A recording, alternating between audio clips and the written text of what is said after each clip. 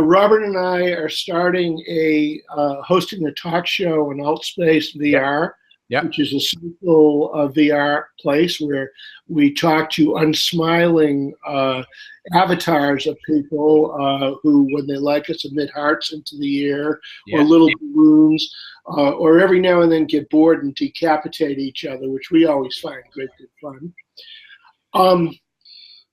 The point is that when you put on the glasses, which not long from now will look pretty much like what I'm wearing, you will be able to be present where others are not. And when HoloLens launched, they had a guy from NASA there who appeared to be talking to them from the moon. And the guy from Microsoft was just chatting on a stage with this guy across the street. But you'd swear that they were not on the moon, on Mars. I'm sorry. Yeah.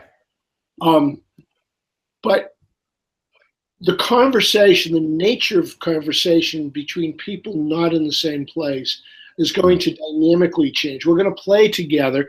You could be there in your room with a virtual chess set on the desk in front of you, and I could have one over on this chair. I won't show you the chair again. And when you move a piece, I'm going to see it move on my set, and then I'm going to move it. But your piece will be a classic British, because you sound so classically British, set. And I'm going to have a modern one done by some San Francisco guy who is looking at God while designing the knights. And that's okay, because we'll see the same moves, and we can do it by voice, of course. That's another thing. The interface has changed. Here's something we don't say often enough. The dynamic between using one of these suckers and leaning over and doing this, or even saying, Siri, call Robert Scoble. No, I didn't say ball the Popel. I said Robert Scoble, and go through that frustration. Now we're going to start moving stuff with our eyes. In a little while, further out with brains, voice interaction.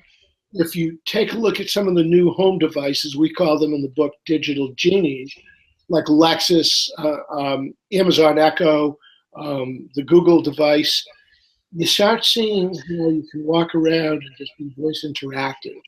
You start getting into the old Star Trek. The computer, look up all the British guys with large white microphones who want to talk to them.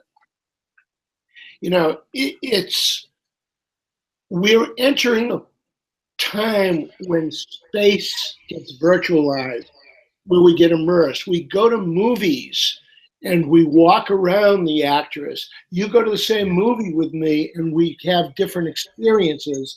You're listening to the narrator and I'm getting hung up on this really cool thing on the table over there, and I kind of walk off the set while I enjoy it.